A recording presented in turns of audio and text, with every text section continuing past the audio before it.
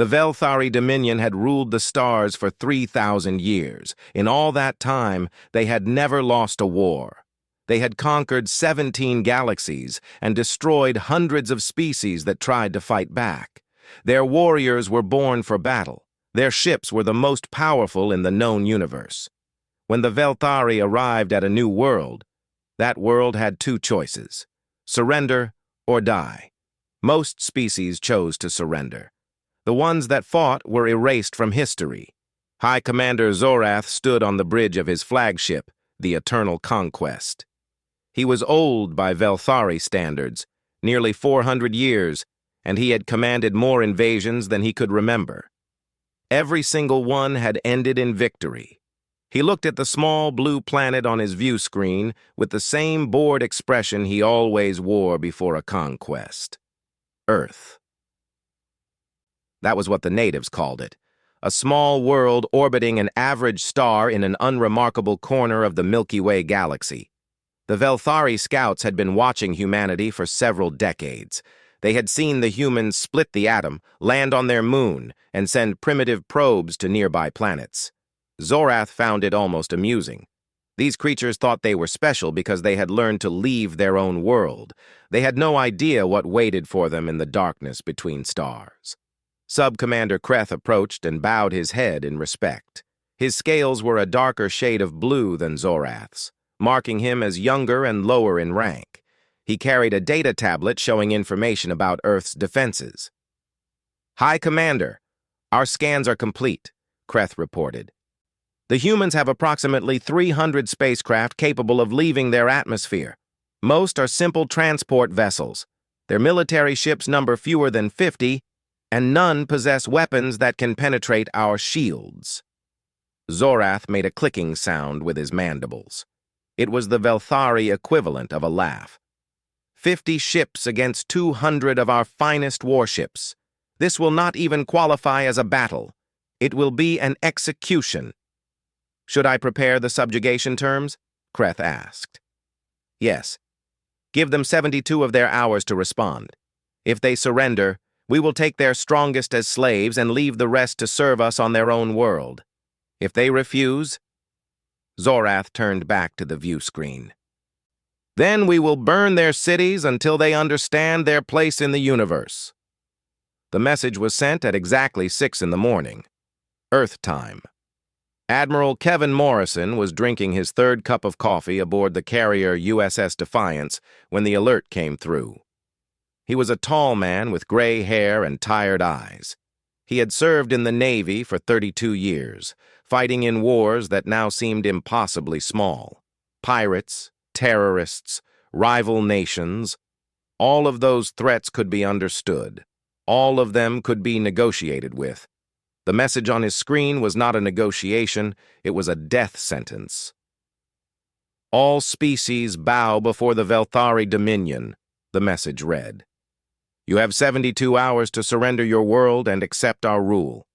Resistance will result in complete destruction. This is not a threat. This is a fact proven across 3,000 years of conquest. Choose wisely." Kevin read the message 3 times. His hand was steady, but his heart was pounding.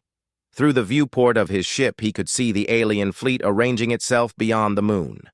200 vessels, each one larger than anything humanity had ever built. Their hulls were black as night and covered with strange symbols that seemed to glow with inner light. Commander Lisa Grant entered the bridge. She was younger than Kevin, with short brown hair and sharp green eyes.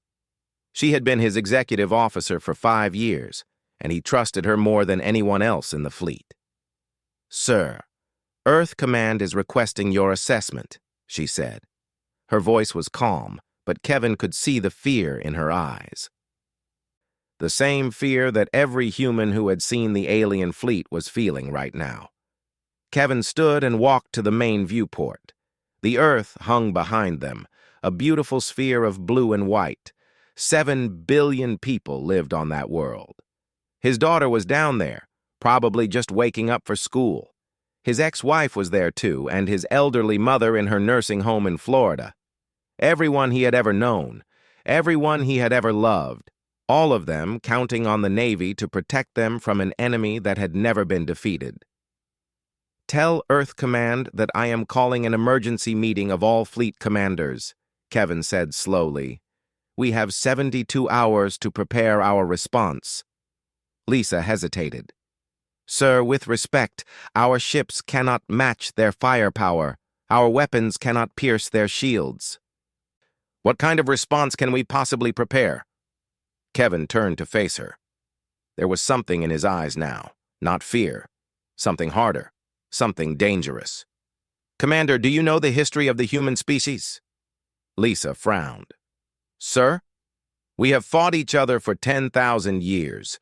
We have survived ice ages, plagues, and weapons capable of destroying our entire civilization. We have clawed our way up from caves to the stars through blood and sacrifice and sheer stubborn refusal to die."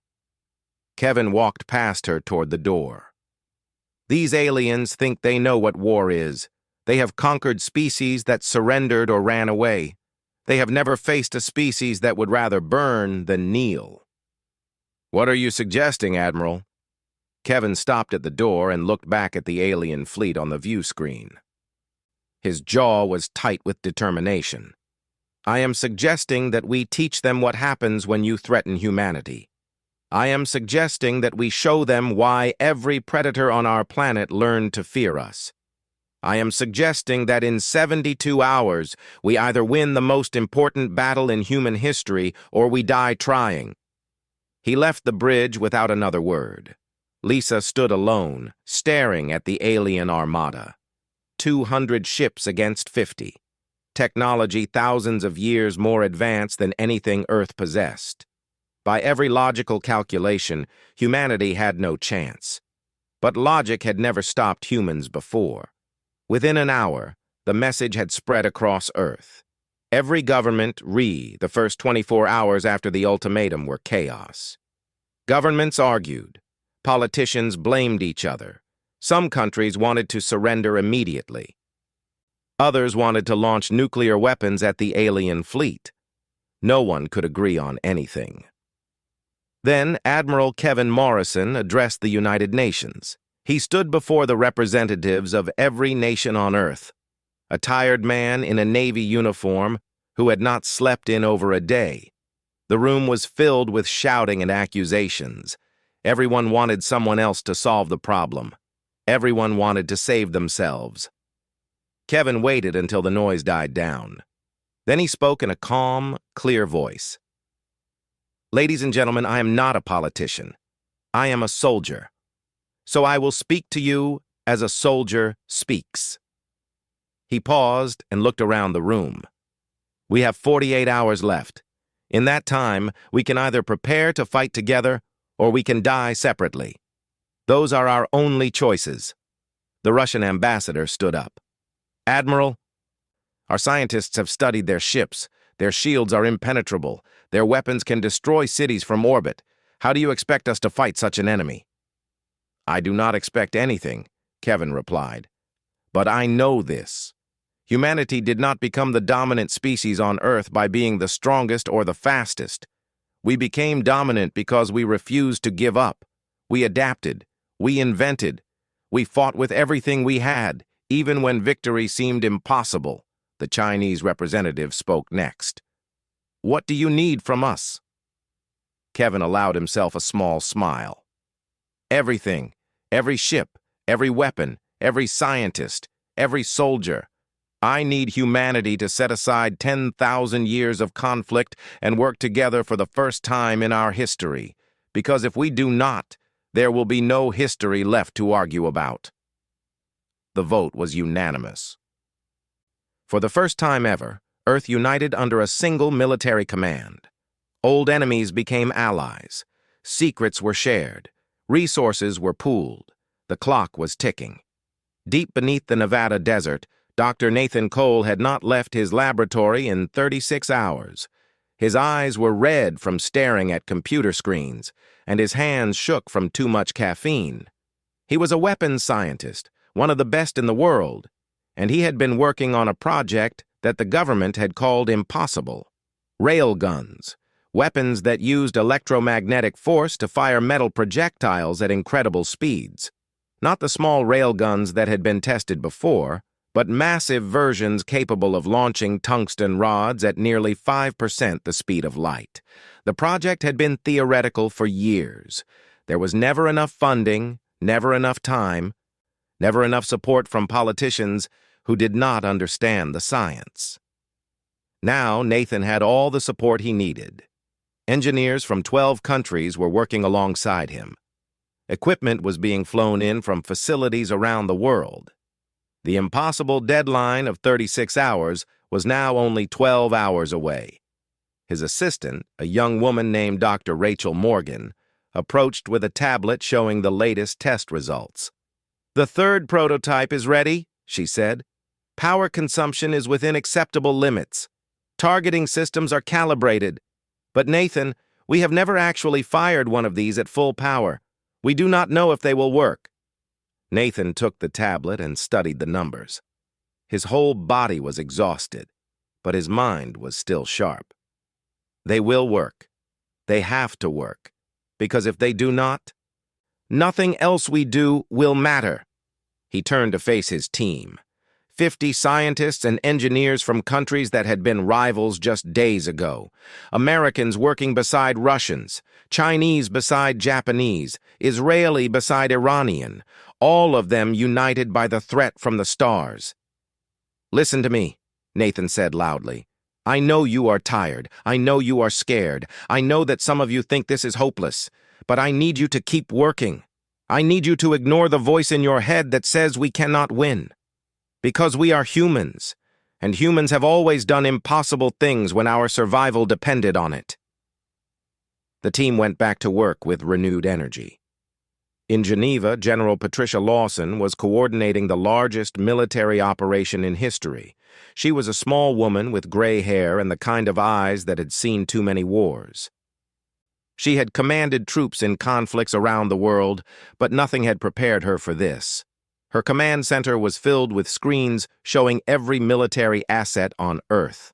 Submarines from 6 nations were moving into position in the world's oceans.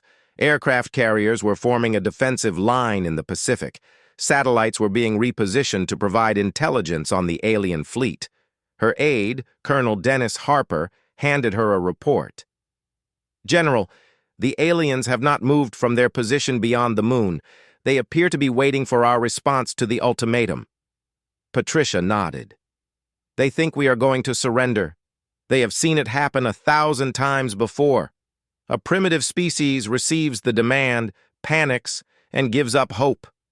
She looked at the screens showing humanity's forces gathering. "They do not understand that surrender is not in our nature." "What about civilian casualties?" Dennis asked quietly. "If they attack our cities, then people will die, many people. But if we surrender, we lose everything anyway. Our freedom, our future, our very identity as a species." Patricia turned to face her aide. "I have a granddaughter, Dennis. She is 7 years old. I would rather die fighting than let her grow up as a slave to aliens who see us as nothing more than animals." Meanwhile, in a military hangar on the coast of California, a young pilot named Amy Dawson was being briefed on her mission. She was 26 years old, with blonde hair cut short and blue eyes that never seemed to blink. She had been flying experimental aircraft for 3 years, pushing machines to their limits and beyond. Her instructors said she had no fear. Amy knew that was not true. She simply did not let fear stop her. Captain Scott Bradley stood before her squadron. 20 pilots, all of them chosen for their skill and their willingness to take impossible risks. The aircraft behind them were sleek and strange, unlike anything that had ever flown before. "These ships were designed for a war we never thought would come," Scott explained. "They have no shields because shields would slow them down. They have no heavy armor because armor would reduce their maneuverability. They are built for one purpose: to be too fast and too unpredictable for the enemy to hit." Amy studied her assigned ship. It looked fragile, almost delicate, but she could see the weapons mounted beneath its wings. She could feel the power waiting inside its engines. "The Velthari have fought wars for 3,000 years," Scott continued. "They have developed tactics to counter every strategy they have ever encountered. Logic, formation, calculated risk. They know how to defeat all of these."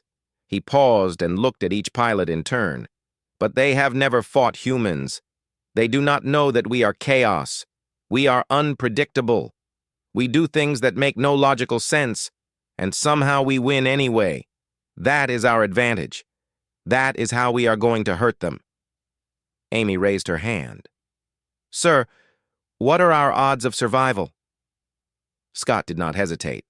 "Low, very low. Most of us will probably not come back."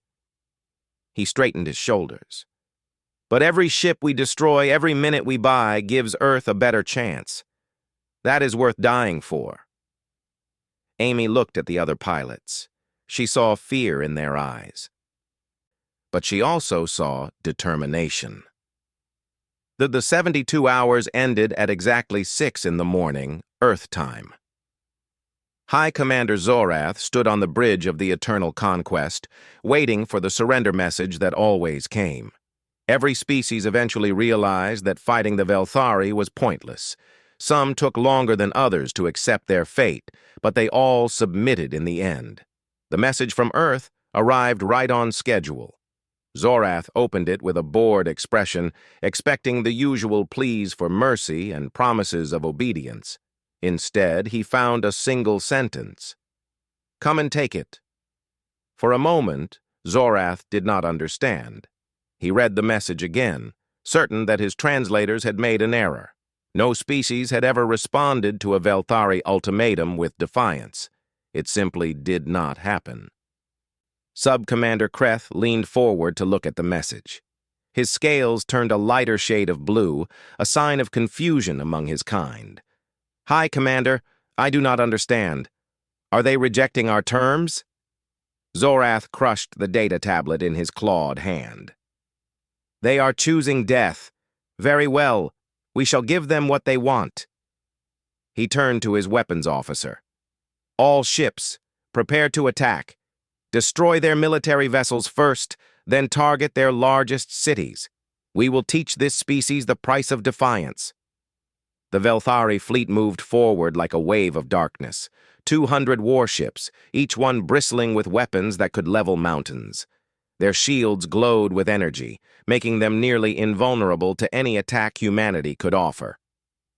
On the bridge of the USS Defiance, Admiral Kevin Morrison watched the enemy approach. His hands were steady on the railing, but his heart was beating fast. This was the moment everything depended on. Either their plan worked or humanity died. Commander Lisa Grant stood beside him. "Sir, enemy fleet is entering weapon range in 3 minutes." Kevin nodded slowly. "Signal all ships. Execute Phase 1. Across the solar system, humanity's fleet scattered. Instead of forming defensive lines as the Velthari expected, the human ships spread out in seemingly random patterns. They moved erratically, changing direction without warning, refusing to present a unified target. On the Eternal Conquest, Zorath frowned at his tactical display. "What are they doing? This is not a battle formation. This is chaos." "Perhaps they are panicking," Kreth suggested. "Trying to flee in different directions." "No." Zorath studied the human movements more carefully. "There is a pattern here, but I cannot see it. It does not matter. Our weapons will find them regardless. All ships, open fire." The Velthari fleet unleashed a barrage of plasma fire that lit up the darkness of space. Brilliant beams of energy shot toward the scattered human vessels, powerful enough to vaporize steel in an instant. But the human ships were not where the Velthari expected them to be. They dodged and weaved, moving in patterns that defied prediction. The plasma beams struck empty space again and again, finding only a few targets. "They are too fast," a Velthari gunner reported with frustration. "Their movements make no logical sense. Our targeting computers cannot predict their trajectories." Zorath's claws tightened on his command chair. Then switch to manual targeting. Our warriors are the finest in the galaxy. They will adapt. But adaptation took time, and time was something Zorath did not have. On Earth, in the Nevada Desert facility, Dr. Nathan Cole was watching a countdown timer. His railguns were mounted on carriers hidden behind the moon, waiting for the perfect moment. "Enemy fleet is engaged with our decoy forces," his aide reported. "Their attention is focused forward. They are not watching their flanks." Nathan took a deep breath. This was it, the moment that would determine whether his life's work had any meaning at all. "Fire," he said quietly. 15 railguns fired simultaneously. Tungsten rods the size of telephone poles accelerated to unimaginable speeds, crossing the distance between the moon and the Velthari fleet in seconds. They were too fast for sensors to track, too small for shields to prioritize. 11 Velthari warships exploded. The destruction was sudden and complete. One moment the ships existed. The next moment they were expanding clouds of debris and fire. Their shields, designed to stop energy weapons, had no defense against solid projectiles moving at relativistic velocities. On the Eternal Conquest, alarms blared as damage reports flooded in. "High Commander, we have lost 11 ships," Kreth reported, his voice shaking. "The attacks came from behind the moon. We did not even see them coming." Zorath stared at his tactical display in disbelief. 11 ships. In 3,000 years of conquest, the Velthari had never lost 11 ships in a single engagement. Some campaigns had ended without losing a single vessel. "Find those weapons and destroy them," he ordered. "And continue the attack on the human fleet. We still outnumber them 4-1. This changes nothing." But it did change something. It changed the assumption that the Velthari were invincible. In the chaos of space, Amy Dawson was flying her experimental fighter through a storm of plasma fire. Her ship was fast, faster than anything the Velthari had encountered, but speed alone was not enough. She needed to be unpredictable. She needed to be crazy. So she flew straight at a Velthari cruiser. The enemy gunners could not believe what they were seeing. A single small fighter heading directly into their weapon range. It was suicide. It made no tactical sense. That was exactly the point. Amy waited until the last possible second, until the plasma cannons were tracking her position with deadly accuracy. Then she pulled a maneuver that should have torn her ship apart. A sudden vertical climb that pushed her body to the edge of unconsciousness, followed by a spinning dive that brought her beneath the cruiser's shield envelope. She fired everything she had. Her missiles struck the cruiser's hull directly, bypassing the shields entirely. Secondary explosions ripped through the alien vessel as her weapons found critical systems. The cruiser listed to one side, fire pouring from wounds in its armor. "Target disabled," Amy reported through gritted teeth. "Moving to next engagement." But her ship was damaged. One of her wings had been clipped by a plasma bolt during her approach. Warning lights covered her control panel. Her engines were losing power. Captain Scott Bradley's voice came through her comm. "Dawson, your ship is falling apart. Pull back to the Defiance for repairs." Amy looked at her tactical display. She could see more Velthari ships moving to intercept the human fleet. She could see the railguns being targeted by enemy vessels. Every second mattered. "Negative, Captain," she replied. "I still have weapons. I still have engines. That is enough." She pushed her damaged fighter back into the battle. The battle had been raging for 6 hours. Humanity was still fighting, but the cost was terrible. 32 human ships had been destroyed. Hundreds of pilots had died in the cold darkness of space. The railguns behind the moon had been found and targeted by Velthari assault craft. Dr. Nathan Cole watched helplessly as 3 of his precious weapons were destroyed, their crews vaporized in an instant. On the bridge of the USS Defiance, Admiral Kevin Morrison studied the tactical situation with grim determination. They had hurt the Velthari, truly hurt them, but it was not enough. The alien fleet still numbered over 150 ships. At the current rate of losses, humanity would be completely destroyed within another 10 hours. He needed something more, something the Velthari would never expect. Commander Lisa Grant approached with a secure tablet. "Sir, Operation Longshot is ready. 4 destroyers have completed their hidden approach. They are in position behind the asteroid belt." Kevin looked at the tablet showing the location of his secret strike force. While the main battle had raged, he had sent 4 of his best ships on a curved path around the combat zone.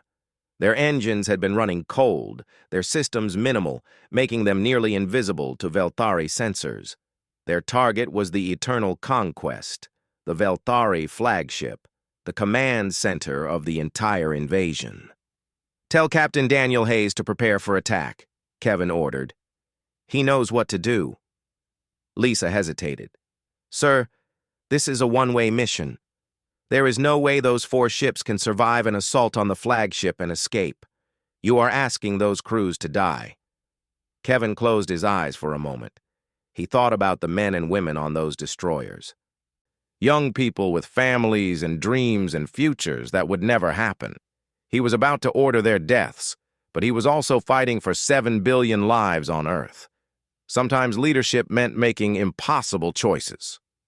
"I know what I am asking," he said quietly. "Send the order." On the destroyer USS Relentless, Captain Daniel Hayes received the message.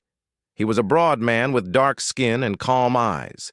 He had been in the Navy for 20 years, and he had always known that someday he might be asked to give everything. Today was that day. He addressed his crew through the ship's communication system. His voice was steady and clear. "Listen up. In 10 minutes, we are going to attack the Velthari flagship. Our mission is to damage their command structure and create chaos in their fleet. I will not lie to you. Our chances of survival are very small. But if we succeed, we give humanity a chance to win this war." He paused, letting his words sink in. "Every single one of you volunteered for this fleet. You knew the risks. You accepted them because you believed that some things are worth dying for. Our families are down there on Earth. Our friends, our children. They are counting on us to protect them." Daniel straightened his shoulders. "Today, we show the Velthari what human courage looks like. Today, we make them remember the USS Relentless forever." The bridge crew responded with grim nods. No one asked to leave. No one showed fear. They had made their choice. "All ships, attack formation," Daniel ordered. "Maximum acceleration. Fire everything the moment we are in range." The 4 destroyers burst from concealment like wolves from the darkness. Their engines flared to full power, driving them toward the massive flagship at incredible speed. The Velthari had never seen an attack like this. 4 small ships charging directly at the most powerful vessel in their fleet. It was insane. It was suicidal. It was perfectly human. On the Eternal Conquest, alarms screamed as the attack was detected. 4 enemy vessels approaching from behind, a sensor officer reported. "They are heading directly for us." High Commander Zorath turned to face the threat. His flagship's shields were the strongest in the fleet. Its weapons could destroy planets. 4 human destroyers were nothing. "Destroy them," he ordered calmly. Plasma cannons opened fire. The space around the approaching ships filled with deadly energy. 1 destroyer took a direct hit and exploded, then another, but the remaining 2 kept coming, their own weapons blazing. Railgun rounds slammed into the Eternal Conquest's shields. The flagship shuddered under the impact. Warning lights appeared across the bridge. "Shields at 80%, Kreth reported. "The humans are using kinetic weapons. Our shields are not designed to absorb this type of attack efficiently." "Then destroy them before they can fire again," Zorath snarled. The 3rd destroyer was hit and broke apart, its hull torn open to the vacuum. But the USS Relentless was still coming. Daniel Hayes watched his tactical display as his ship closed the distance. 50 kilometers, 40, 30. "Fire everything," he ordered.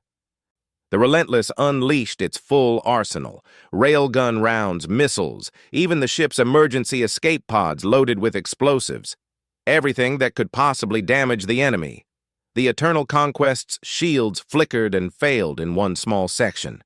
Just a gap, barely large enough for a fighter to pass through. But there was a fighter waiting. Amy Dawson had been watching the assault on the flagship from a distance. Her ship was badly damaged, barely holding together. She had almost nothing left, weapons nearly empty, engines failing, life support questionable. When she saw the gap in the flagship's shields, she did not hesitate. "Dawson, no!" Captain Scott Bradley shouted through the comm. "That is suicide! You cannot survive that approach!" Amy smiled sadly. She thought about her brother back home. She thought about all the people on Earth who would live if this mission succeeded. "Tell my family I love them," she said. Then she cut the communication. Her damaged fighter accelerated toward the gap in the shields. Velthari gunners tried to track her, but she was too fast, too small, too unpredictable. She slipped through the opening like a needle through cloth. Inside the shield envelope, she had a clear shot at the flagship's command section. She could see the bridge through her targeting system. She could see the alien commander standing at the center. Amy armed her last two missiles. They were nuclear-tipped, designed for exactly this kind of target. "This is for Earth," she whispered. She fired. The missiles struck the Eternal Conquest's bridge and detonated. Nuclear fire consumed the command center, vaporizing everything inside. High Commander Zorath, who had conquered hundreds of worlds, died without ever seeing the weapon that killed him. Amy's fighter was caught in the explosion. She had known it would be. She had accepted it the moment she changed course. In her final second, she felt no fear, only peace. The death of High Commander Zorath changed everything. For 3,000 years, the Velthari had fought as a single unified force. Their commanders gave orders, and their warriors obeyed without question. Every battle followed careful plans developed over centuries of conquest. Every action served a larger strategy. Now their supreme commander was dead. Their flagship was burning. And for the first time in their long history, the Velthari did not know what to do. Sub-Commander Kreth had survived the attack. He had been in a secondary command center when the nuclear missiles struck. Now he found himself in charge of a fleet that was falling apart. "All ships, maintain formation," he ordered desperately. "Continue the attack on the human vessels." But his orders were lost in the chaos. Velthari captains were arguing with each other about strategy. Some wanted to retreat. Others demanded revenge for Zorath's death. Without a clear chain of command, the perfect military machine had become a confused mob. The humans did not give them time to recover. Admiral Kevin Morrison pushed his fleet forward with everything they had left. His ships were damaged and outnumbered, but they attacked with a fury that the Velthari could not comprehend. Every human pilot fought as if victory was already certain. Every gunner fired as if they had unlimited ammunition. Dr. Nathan Cole's remaining railguns kept firing from behind the moon. Tungsten rods continued to tear through Velthari vessels, exploiting the chaos in their formation. Without coordinated shield coverage, each ship was vulnerable. On the ground, General Patricia Lawson coordinated attacks from Earth's surface. Missiles launched from submarines in every ocean. Satellites repositioned to guide human weapons toward their targets. Even the civilian space stations contributed, converting their communication lasers into improvised weapons. The entire planet was fighting back. Captain Scott Bradley led what remained of the fighter squadrons in continuous attacks on Velthari vessels. He had lost half his pilots, including Amy Dawson. Every time he thought about her sacrifice, he felt a mixture of grief and pride. She had died so that others could live. There was no greater honor. "All fighters, target their engine sections," he ordered. "A ship that cannot move is a ship that cannot fight." His pilots obeyed, diving through plasma fire to strike at the weak points in Velthari hull design. They had learned from hours of combat which areas were most vulnerable. They knew exactly where to hit. One by one, Velthari ships began to fall. 20 ships destroyed, then 30, then 50. The unbeatable army was bleeding out in the space around Earth, their black hulls cracked open and burning. On the wounded Eternal Conquest, Kreth watched his tactical display with growing horror. They had lost over half their fleet. Over 100 warships destroyed by a species that had been flying in space for less than 3 centuries. It was impossible. It was humiliating. It was the greatest defeat in Velthari history. "Sub-Commander," his communications officer reported, "several captains are requesting permission to retreat. They say the battle is lost." Kreth wanted to argue. He wanted to order his remaining ships to fight to the death, as Velthari tradition demanded. But he looked at the tactical display and saw the truth. If they stayed, they would all die. Every single ship, every single warrior. And then who would warn the Dominion about what they had discovered here? "All ships," Kreth said slowly, the words tasting like poison, "fall back to the outer system. We are withdrawing from combat." The remaining Velthari vessels began to retreat, their engines pushing them away from Earth at maximum speed. Human ships pursued them, destroying several more before the aliens managed to escape beyond weapon range. By the time the battle ended, only 23 Velthari ships remained from the original 200. They gathered in the darkness beyond the asteroid belt, licking their wounds and trying to understand what had happened. On Earth, people looked up at the sky and saw something they had never expected to see: victory. The news spread across the planet within minutes. In cities that had been preparing for destruction, people poured into the streets to celebrate. Strangers hugged each other. Enemies embraced. For one brief moment, humanity was truly united in joy. Admiral Kevin Morrison did not celebrate. He stood on the bridge of the battered USS Defiance, staring at the retreating alien fleet. They had won, but the cost had been terrible.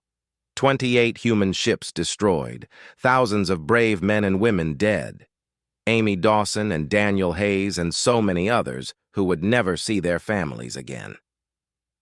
Commander Lisa Grant stood beside him, her uniform stained with smoke and blood from a hull breach that had been hastily repaired.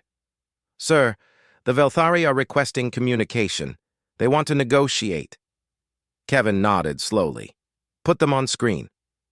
The face that appeared was alien and strange, with scales and mandibles and eyes that held an emotion Kevin had never expected to see in a Velthari. Fear. "Human Commander," Kreth said carefully, "we wish to discuss terms." Kevin kept his expression cold. "Terms? You came to our world and demanded our surrender. You threatened to burn our cities and enslave our people. Why should we discuss anything with you?" Kreth's mandibles clicked nervously. "You have proven yourselves worthy opponents. In 3,000 years, no species has inflicted such losses upon the Dominion. We recognize your strength. We wish to end this conflict honorably." Kevin stepped forward, his eyes burning with intensity. "Let me tell you what is going to happen. You are going to leave our system. You are going to return to your masters and tell them exactly what happened here today. Tell them that Earth is not a world to be conquered. Tell them that humanity does not surrender. Tell them that if the Velthari Dominion ever threatens our planet again, we will not simply defend ourselves." He paused, letting his words sink in. "We will come to you. We will bring every weapon we have to your worlds. We will burn your cities as you threatened to burn ours. We will hunt the Dominion across every galaxy until there is nothing left but ash and memory." Kevin's voice dropped to a cold whisper. "You wanted to teach us our place in the universe. Congratulations. You taught us that we can defeat anyone. Do you really want to face us again?" Kreth stared at the human commander for a long moment. He had conquered countless species. He had watched civilizations beg for mercy. He had never felt the cold dread that now gripped his hearts. "We will leave," Kreth said finally. "We will deliver your message to the Dominion." The communication ended. The remaining Velthari ships turned and accelerated toward deep space, fleeing the small blue world that had broken their invincible army. In the weeks that followed, humanity began to rebuild. Memorials were constructed for the fallen. Amy Dawson's name was carved into stone alongside thousands of others who had given their lives. Daniel Hayes became a legend, his final charge against the flagship remembered in songs and stories. The nations of Earth, united by the threat, chose to remain united. A new era began, one where old enemies worked together to prepare for whatever challenges the universe might send next. And across the galaxy, a new story spread. Traders carried it from station to station. Diplomats whispered it in council chambers. Warriors repeated it as a warning to their children. There is a species called humanity. They live on a small blue world called Earth.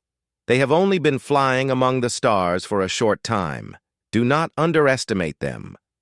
Do not threaten them. Do not challenge them. For when humanity rises in wrath, even the greatest empires fall. The Velthari learned this lesson in blood and fire. The rest of the galaxy learned it from their example. And Earth. Earth looked up at the stars with new eyes. No longer afraid. No longer alone. Ready for whatever came next. The end. On the USS Defiance, Admiral Kevin Morrison watched the flagship's command section explode. The tactical display showed the Eternal Conquest spinning out of control, its leadership destroyed, its systems failing. For a moment, the entire battle seemed to pause. Both sides stared at the impossible sight of the Velthari command ship burning in the darkness. Then Kevin spoke, his voice carrying across every human vessel. "All ships, press the attack. This is our moment. Make them pay for every life they have taken today." The human fleet surged forward with renewed fury. They had lost so much, but they had also proven something incredible. The unbeatable army could be beaten. The battle was not over yet. But for the first time, humanity dared to believe they might actually win.